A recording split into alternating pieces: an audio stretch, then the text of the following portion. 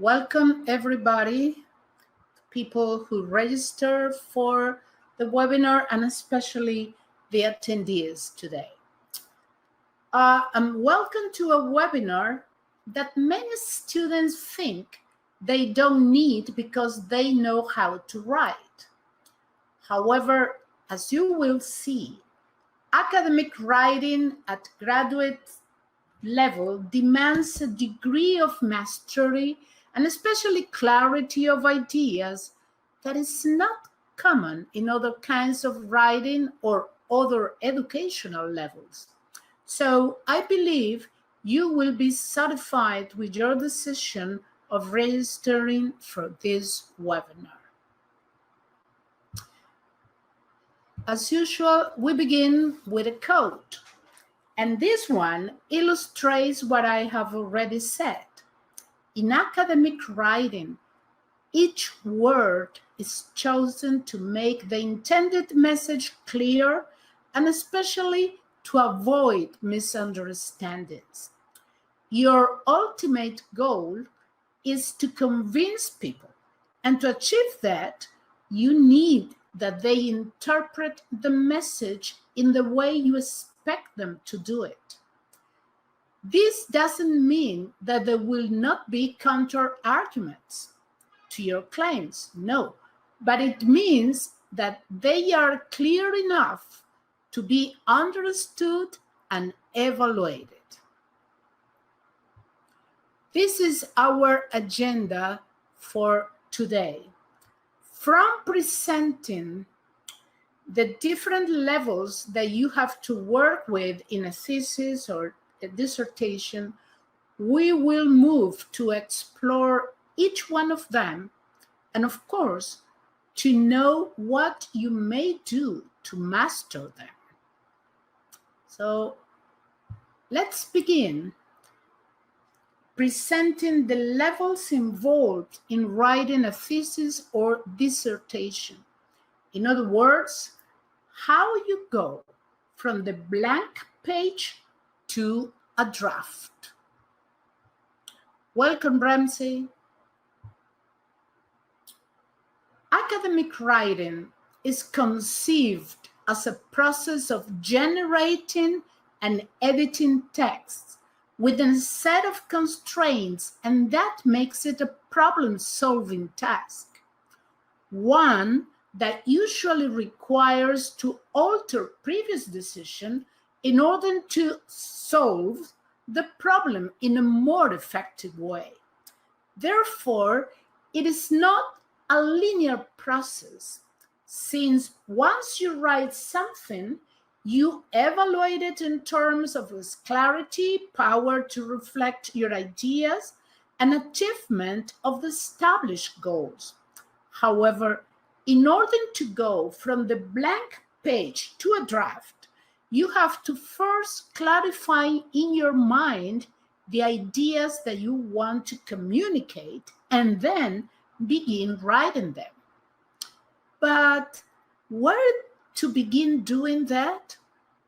It seems logical to start by the simplest level and then advance to the most complex one. That's why we have the levels represented in the stairs of this slide. As you will see today, each of those levels has its own demands, but their common element is that they all have the same goals: the cohesion and consistency of the presented information and their compliance with the rules established for the kind of academic text you are writing. Two goals that you need to keep in mind. Okay, right now you may think Dr. Maria is assuming that I don't know how to write. How come? I'm a graduate student and I have written lots of text. I certainly know how to write sentences, paragraphs, and even chapters. Of course you do. However, When dealing with academic writing at graduate level, and especially with a thesis or a dissertation, you have to perform at such a high level that you need all the possible help to do the expected work. If you have majored in linguistics, then this help is not necessary. But if not, believe me, you need it. But where to begin is the question that emerges now. As I said before, the sentence level seems to be the logical answer. And you may think, why? Let's see. Sentences are the main elements people use to communicate their ideas. You may think that words are those basic tools, and under special circumstances, you can express yourself only with I-selected words. However, putting words together into sentences is the usual and most productive way to communicate ideas. So that's why we need to begin the writing process at the sentence level, and as the slide says, don't assume that you already know all its peculiarities. Now, let's go into the sentence level of writing. And these are the reasons to pay close attention to this level. Okay? Many people underestimate sentences, writing sentences, or other people take it for granted, and they can be very tricky. So you better know how to deal with them. So we will approach it from the point of view of the types of sentences that are available for you to express your ideas when writing an academic text.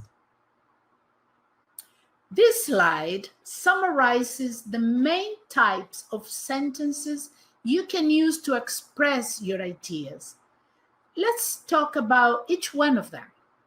The first category of sentences you can use is the simple sentences. They have two main elements: a subject, or who or what you talk about, and a predicate, or what you say about the subject. It is important to state that each simple sentence expresses a complete thought, and consequently, it is an independent clause because it has a complete meaning. Because of that, it doesn't need any other element to be understood. Some students usually say, okay, then that's all I need to use in order to write academic text. I have to write only simple sentences, a subject and a predicate. Wrong. If you use only simple sentences, the flow of ideas will be odd, and it will resemble the sound of chicken pecking. Therefore, you need other types of sentences. The second category of sentences is the compound ones. They are called compound because they are made linking two simple sentences by means of a coordinator, which is a word that associates units of equal importance. So you have two ideas completely expressed through two simple sentences, but you need to put them together because they have the same importance and you want to express that relationship. Then the two simple sentences associated have the same importance, but they don't necessarily express similar ideas.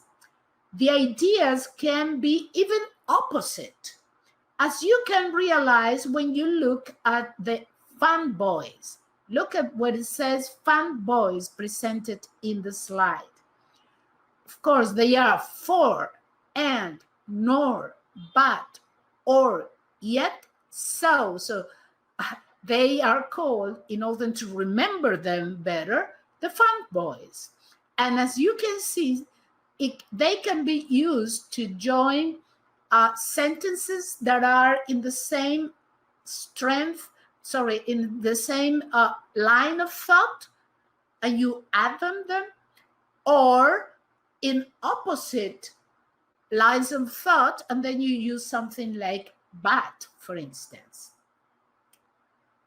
Now you have simple sentences and compound ones in your toolkit, your writing toolkit. However, they are not enough to communicate the kind of complex ideas that are behind a thesis or a dissertation. You also need complex sentences, whose name comes from the fact that one part of the sentence explains, completes, clarifies, etc., the other part, and therefore it doesn't have the same importance. So in this case, you have a more important sentence and a less important one, but one that is used to clarify, to complete, to explain, to make the whole idea clearer.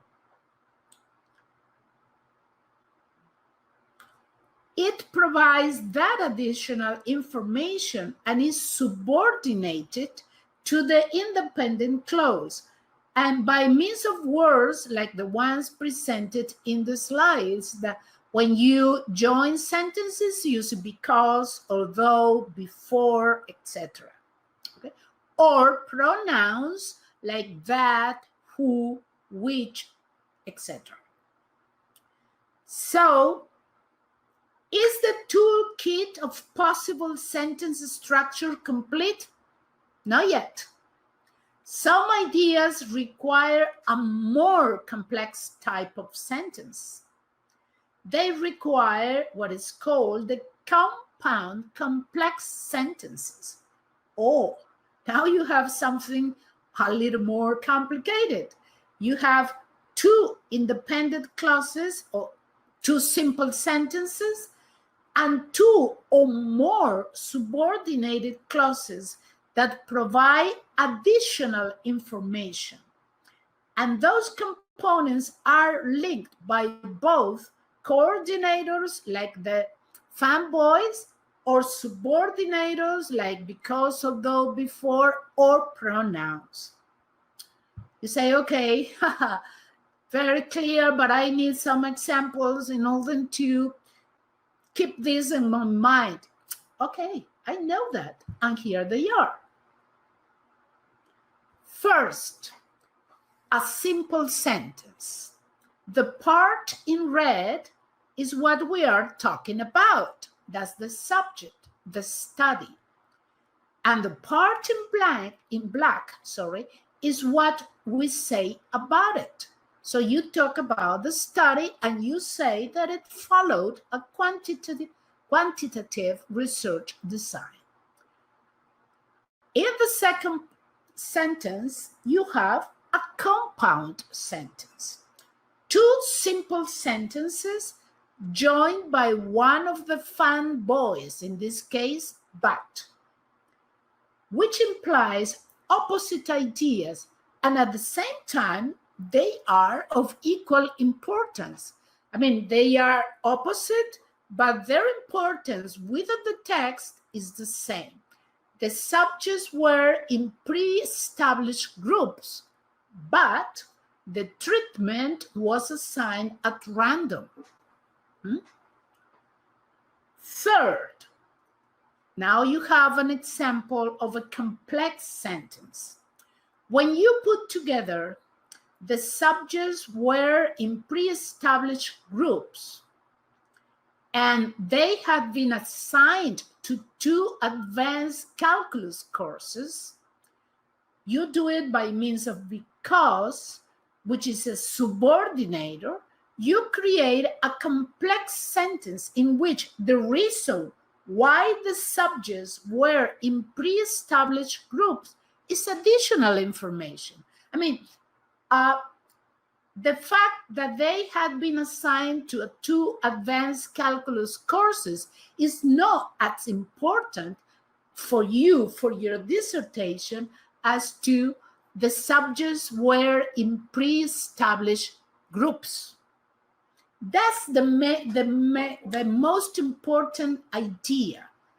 When you decide, when you create your research design, you design that the subjects where you were going to work with pre-established groups.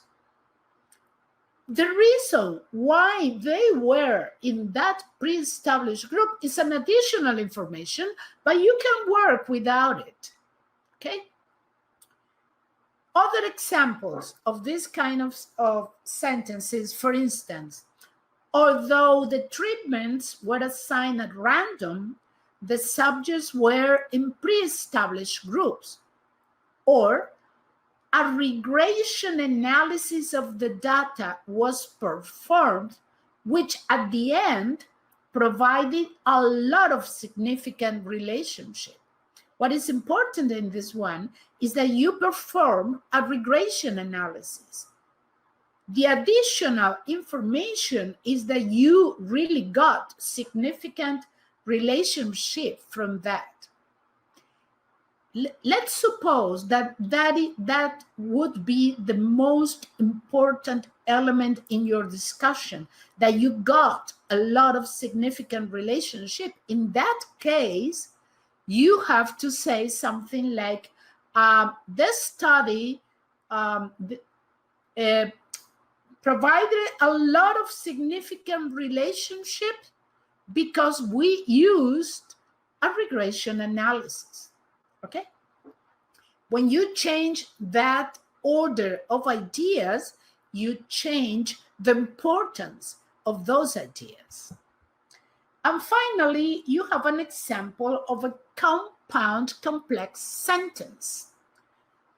The 2 independent clauses, the 2 simple sentences are: the study addressed validity threat, and the study considered the possible effect of mediating variables.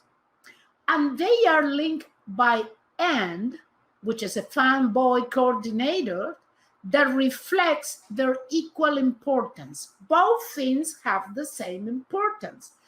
And in this case, they have the same trend of meaning.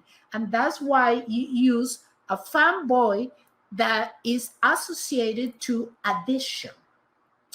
The 2 subordinated clauses, the ones that give additional information, are: the subjects were not selected at random, and the variables were controlled statistically. The subordinators in these examples are although and which. As you can see, this sentence expresses a lot of information, but in a coherent way. And it is a common example of what you read in thesis, dissertation, and research reports. And consequently, is an example of what you are expected to produce. But you have to know how to do it in a safe way. And to know that, you have to remember, first of all, what are the 2 main ideas that I want to express? Those are your independent clauses or your simple sentences. And then, how are they related? Are they have the same importance, and do they have the same line of thought? If it's so, I have to use a fanboy to express addition. Are they in opposite trends of thought? Or in that case, I have to use a fanboy of opposition, like that. Okay, and then what are the sentences, or what are the ideas that I want to use to get additional information? Okay, when you have those ideas, then you have to connect them to what you already have and connect it with a subordinator, because they are not as important as the other part. Therefore, you use words like although, because, since, and pronouns like which, for instance. Okay. Okay, now you have a more complete toolkit to write the sentences of academic texts. But how can you approach the task of actually writing them, which is what I really like to tell you, so I can help you to write these sentences in a more consistent and cohesive way, and also to be clear, right? So let's see how you can do that. Here you have some suggestions that have been proved to be useful when writing the sentences of academic texts. First of all, you have to know what you exactly want to express. This is an essential requirement. Without it, your problem will move from the grammar area to the semantic and cognitive one, and the idea will not be interpreted as expected. So it's not the same to have a problem of grammar problem that to have a cognitive or a semantic problem.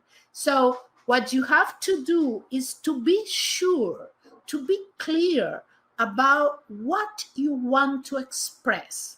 What's the idea that you want to transmit? Once you know exactly what you want to say, you need to choose the type of sentence that best reflect your idea. And you ask yourself questions like, is it just a single idea that requires a simple sentence?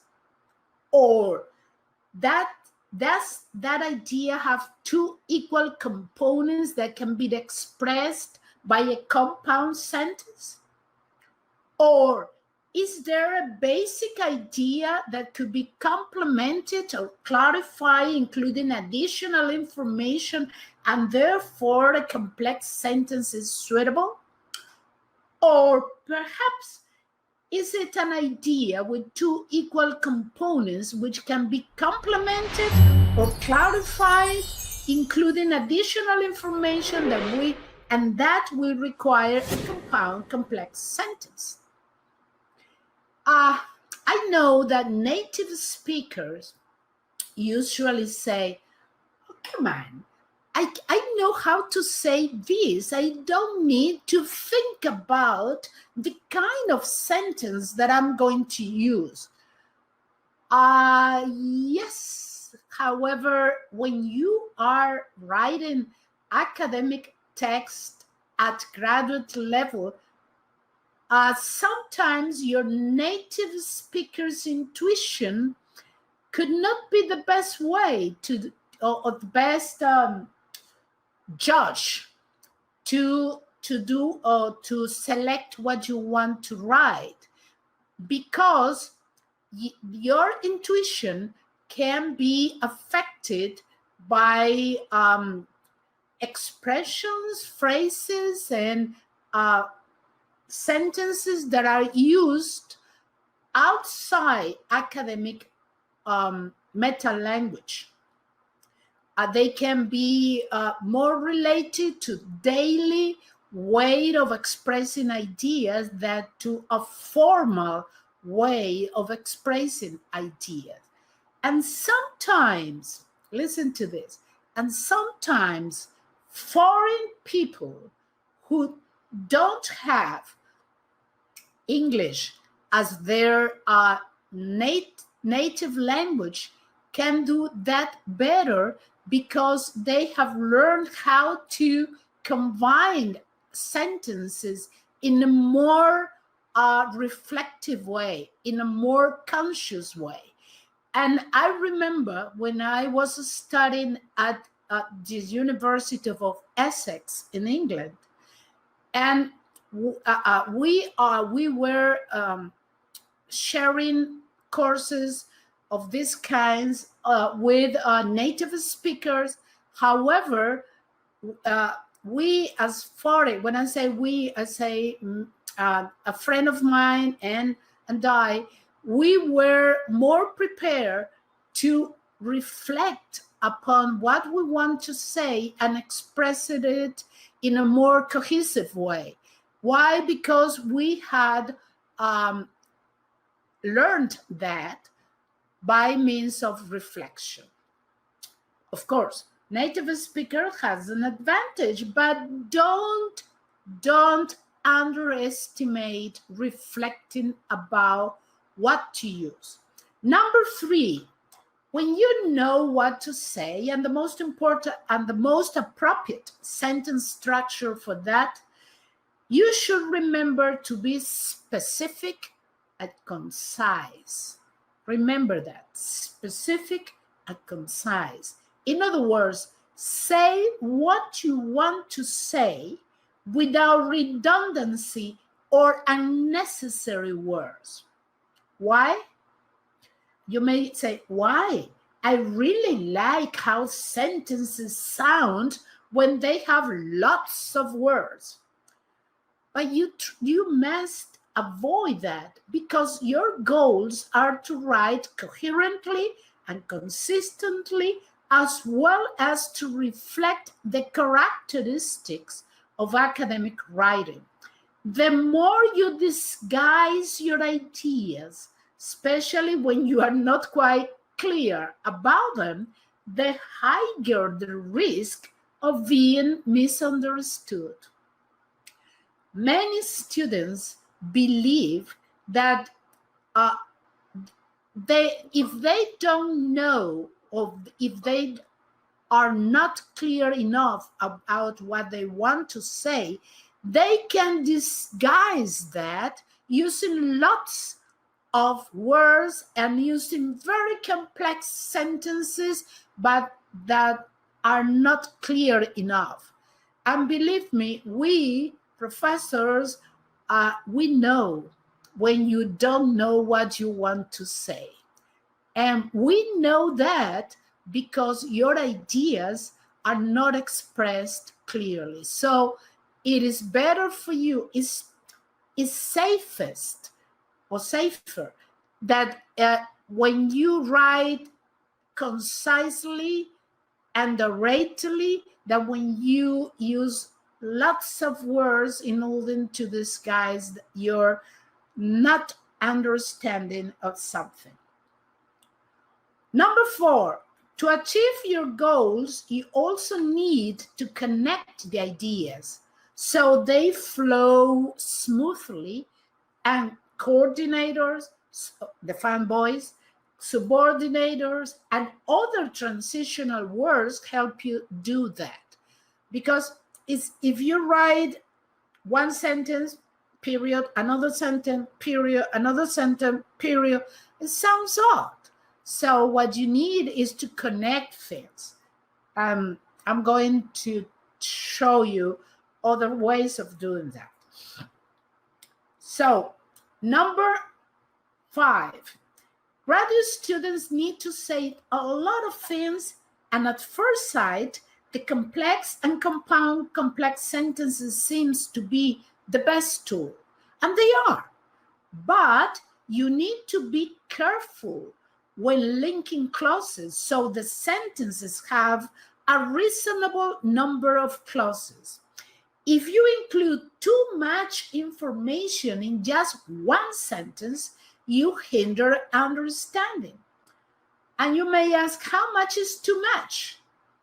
Well, when there is too much additional information, the readers forget which clauses were the independent ones or basic ideas. That's your indicator that you have reading too much information. When you read this to another person and at the end you say, please tell me what were the main idea. And the person, wait a minute, that means that you have written too much things. If you need to include a lot of information because you want to say that, well, write more than one sentence. Why do you have to put everything in the same sentence? Number 6, in thesis, dissertation, and research reports, passive voice is not widely used. Active voice is preferred, especially when talking about the subjects of the study, because passive voice suggests individuals are acted on instead of being actors. For example, you say the students completed the survey. That's preferable to the students were given the survey, or the survey was administered to the students. The active voice makes the subject important and make them the actors, not the individuals upon which you are acting. Of course, there are cases in which passive voice is absolutely necessary, and you will find out that when you think what I really want to say, what is the most important thing, that, for instance, that the subjects taken or completed the survey, or that the survey was administered to them. But that depends. Number 7, you are writing an academic text. Therefore, you should follow the rules established for that type of text. If not, your draft will be considered inadequate. You have to follow the characteristics of academic writing, especially the formality of it and all the things that characterize it, that kind of type, and that I have conducted webinars about that before. And finally, remember that the writing process includes reviewing, evaluating, and rewriting. It's a circle, or at least a dynamic process. You have to monitor your writing and change it accordingly. It's not that you write and you forget about that. No, you need to read it, give it to another person, and try to be sure that what your writing is expressing is exactly what you want to say. So you also have a very useful tool when connecting sentences and paragraphs. They are called methods of logical organization and help you achieve coherence. This is the part that I have already said, that you can use other words to connect your sentences. They refer to the different ways you can use to link information, but according to its meaning. The most common methods of logical organization are the ones that you have here. First of all, chronological order. It is an arrangement of information according to time sequence. What happened first, what happened after that, what happened at the end of that. Such arrangement can be done following two possibilities: a possible order or a logical one. Okay? Spatial order. It refers to an arrangement of information according to a place or a relationship in space. Very frequently, spatial orders and chronological order go together. So you decide, okay, I want to connect my ideas in terms of where did they happen. Or in the previous one is, I want to connect them according to when did they happen. And sometimes you use both things, and you use both ideas, both methods of logical organization to do it, and say, okay, the first one happened in this part, and the other ones in this part. Okay, the next one is classification. Items or data are grouped according to similarities and differences based on an established criterion. Some items can be classified in only one way, but most of them can be grouped in many different ways according to the criteria used. You have a cow, you have a cat, you have a dog, and you have a lion, and you have a goat. Okay, you can classify, you have to choose a criterion. Let's suppose that you choose animals. So you put all of them in the same category. You classify them in the same way.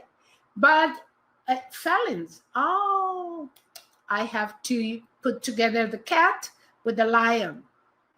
Or animals who eat grass. In this case, I put together the cow with the goat. Okay? I'm using a very, very simple example just to illustrate that. But think about how you can do that in your thesis or your dissertation. It's the same thing, but you need to select a criterion in order to put together, to classify the information or your data, for instance. Then you have comparison and contrast. Although they are two methods of logical organization, they are usually presented together due to their intimate relationship. Comparison is an estimate of likenesses and similarities. Contrast refers to differences and the similarities. Generalization and specifics. This is a method of organization that you have to use, especially in chapter 5 of your dissertation. So generalizations are statements that can be considered true and applicable to a wide range of situations. They are basically inferences derived from individual instances of a phenomenon. In other words, specifics. Generalization should also be supported or proved by providing specifics, facts, examples, statistics, experiences. Then this is logical organization method that you have to use in chapter 2 when you discuss theories, when you discuss models, and you have to do generalizations and support them with data or with facts or with specific. The same you have to do in chapter 4 and the same in chapter 5. Another very common method of organization is cause and effect. In this method, a piece of information depends on the existence of another one. The relationship between them is one of dependence and sometimes can be confused with one of chronological order, usually because the cause always precedes the effect. But we should be careful because not every chronological sequence is in fact an instance of cause and effect. Yes, Rami, we are going there. The next section of the webinar is specific the paragraph models. Okay. It is necessary to determine the dependence of one item of another. For instance, we applied method B to the group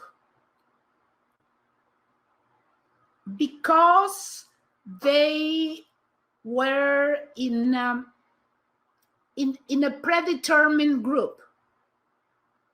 Okay, the relationship between the two ideas is one of cause and effect because you decided to apply that model to this group because the group already existed. Okay. And finally, prediction. This is a method of logical organization in which we make inferences focused on the future, but based on present events or phenomena. Although future cannot be foreseen accurately, especially now, it is possible to make logical inferences based on valid information and say, oh, I can predict that if we use this method or if we use this model of this theory, we will have this. So these methods are made evident by using transitional words that are single words or phrases like coordinators and subordinators that connect ideas. For example, to show a chronological order relationship between two sentences, you can use signals words like after, simultaneously, or in the first place. Similar, you use signal words like because of that or since to make cause-effect relationship evident. So the main idea of this section of the webinar is that you need to realize the role and importance of sentences and master the writing in order to produce high-quality academic text. Now it's time to talk about the paragraph level, the one that Rami is asking for. The first thing to point out is what a paragraph is and what characterizes it.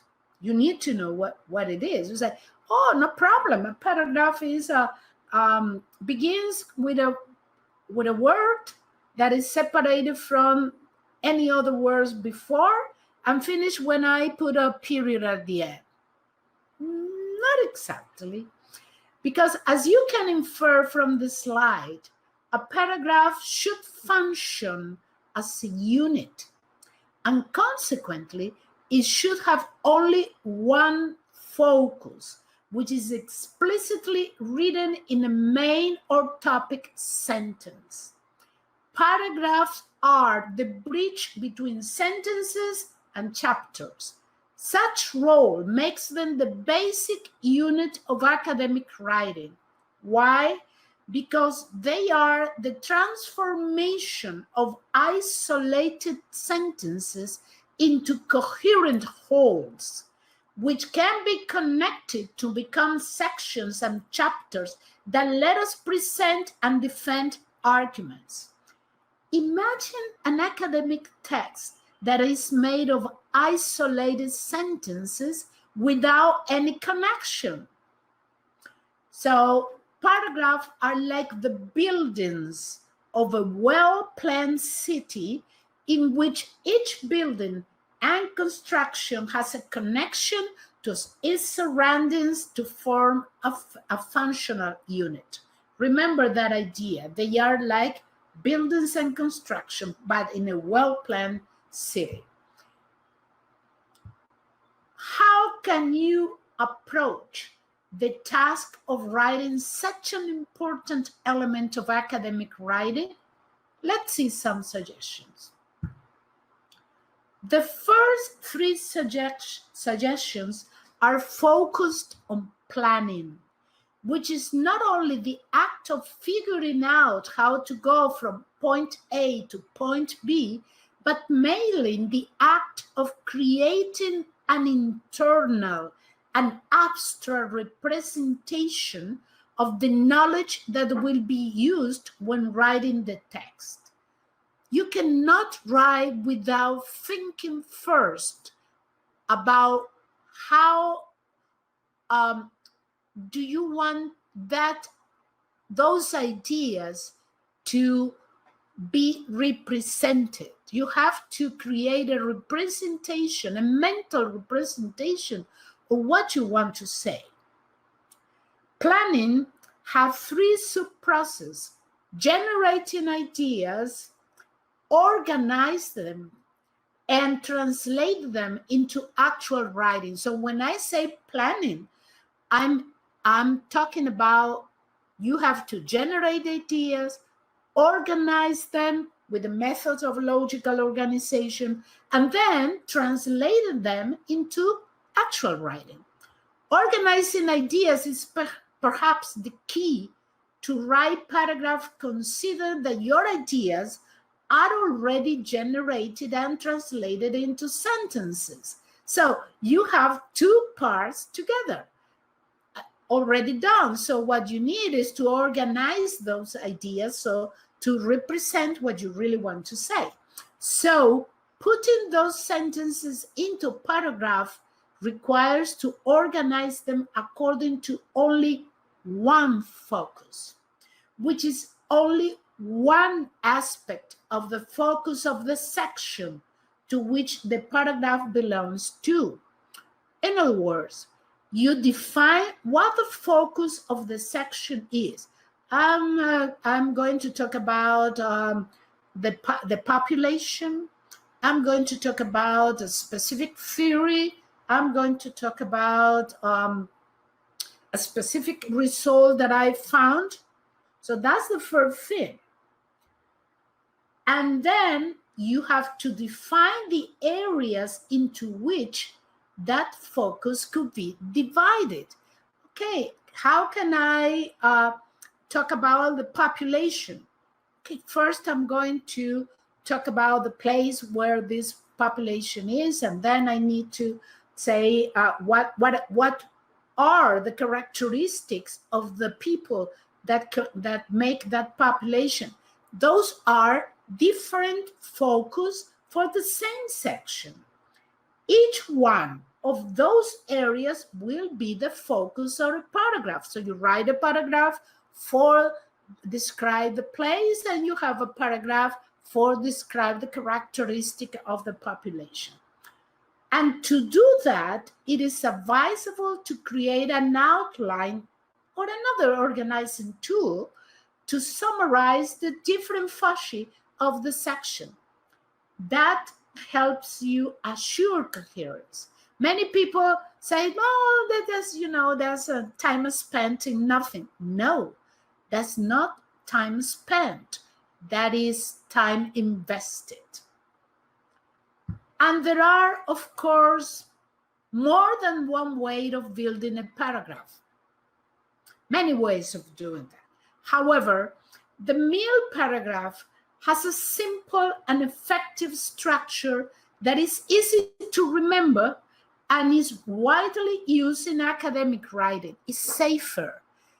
If you are not comfortable enough writing academic texts, especially complex ones, choose the Mill paragraph.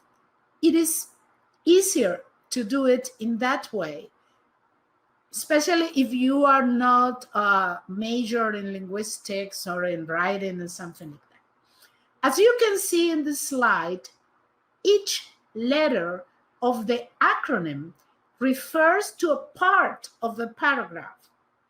Let's expand on each one of them. The first one, the topic sentence that expresses the main idea, explain what the paragraph is about. That's the focus of the paragraph. And all sentences in the paragraph should have a direct connection to it. The most common mistake we can find in academic writing in relation to the main idea is that a paragraph discusses more than one main idea.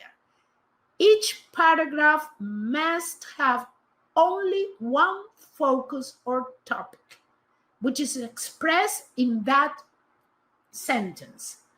Begin a new paragraph when a new main ideas or focus emerges. The second element to include in a paragraph is the evidence that supports what the main idea says. Remember that all your claims must be supported, so the arguments can be considered valid and convincing. The most common mistake in relation to evidence is to provide evidence that does not support the claim because it refers to another topic.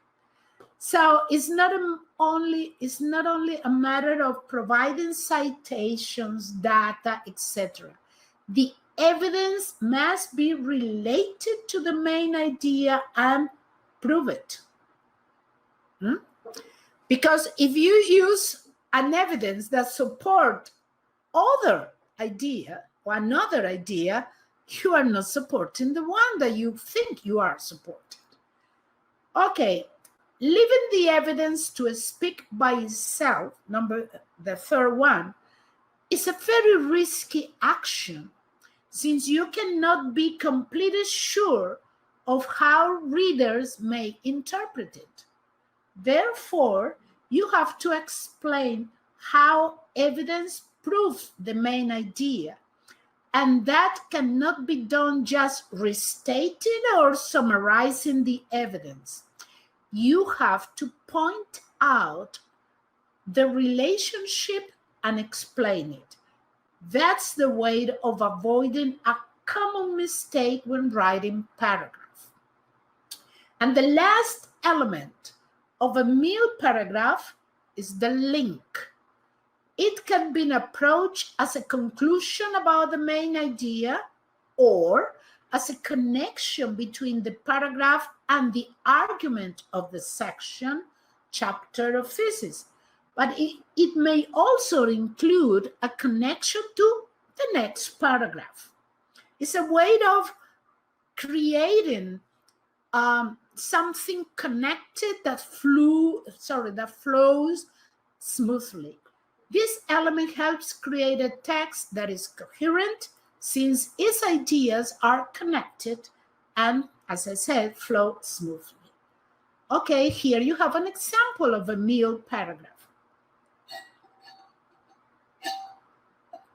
By the way, remember to download the presentation that is under the handouts tab. And for the people who register, this presentation will be sent to you, of course, to you too, to the attendees too.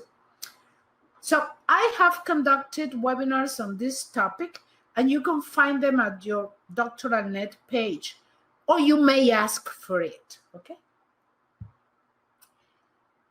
So the slide presents other things you need to remember when writing paragraph. Variety of sentence structure, number of sentences, use of transitional words, and reflection of unity, emphasis, coherence, and completeness make a good paragraph for academic text.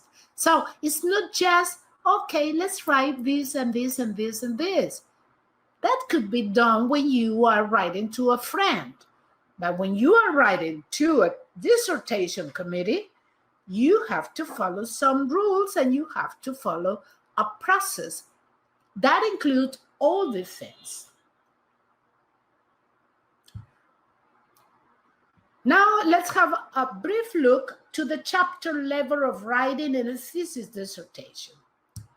This is the most common but not the only structure of a thesis or dissertation. You have to follow the structure that your university or supervisor have established to develop your work. Within those limits, I have some suggestions to approach the writing of a chapter. These are my suggestions. They reflect the idea that planning is an essential process of writing. Planning may save you a lot of time, effort, and disappointment. That's why planning the section of the chapter and applying what we have already said about writing paragraphs are the basis of writing chapters. Paragraphs have to be connected among them according to the focus of the section, and sections have to be linked according to the focus and goal of the chapter. Yes, around the recording of this section will be sent to you because you register for this webinar. Don't worry. Okay. And finally, the information of the slide is something useful to keep in mind when developing a chapter of your thesis or dissertation. As you can see, the notion of only one focus is also valid for the sections of a chapter. Keep that in your mind. Each part has to have one focus. Don't mix up different fuzzy together because that will take you to a very risky and muddy thing. And the main idea of today invites you to be aware of the importance that mastering the writing of sentences and paragraphs has for the development of a high-quality thesis or dissertation. Do not underestimate its importance and be sure of how much you actually master that. Okay, don't underestimate these simple things because these simple things are the foundation of a high quality dissertation. And finally, we are inviting you to be kind. And I always say that you have to be kind first of all to you. Be kind to you. Be kind to your mistakes. Remember that your mistakes are just the first step to your success. Without mistakes, we don't know how to get success. Okay? And then when you are kind to you, you will be able to be kind to other people because you will have experienced what the other people may be experiencing. Okay, so if you have any question, I'm here to answer you.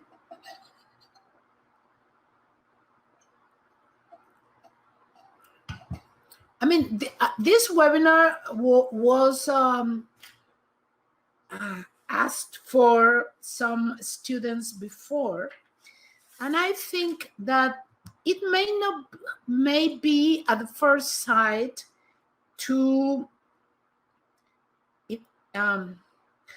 impacting, something like that, attractive, but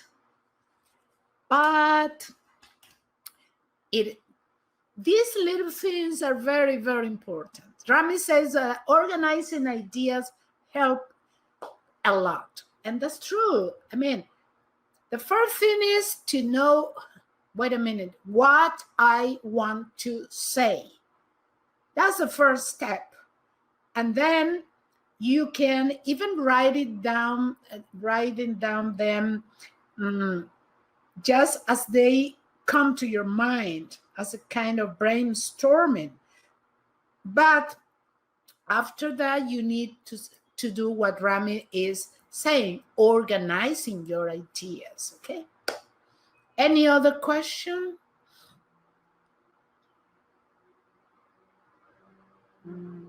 No? No? Okay, I'm going to stop the recording.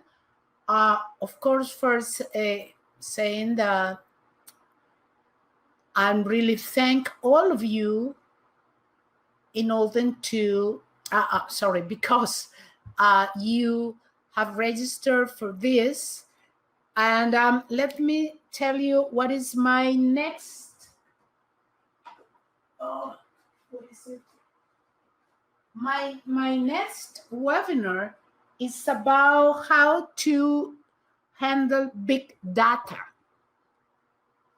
It is if you are using big data, that could be good for you.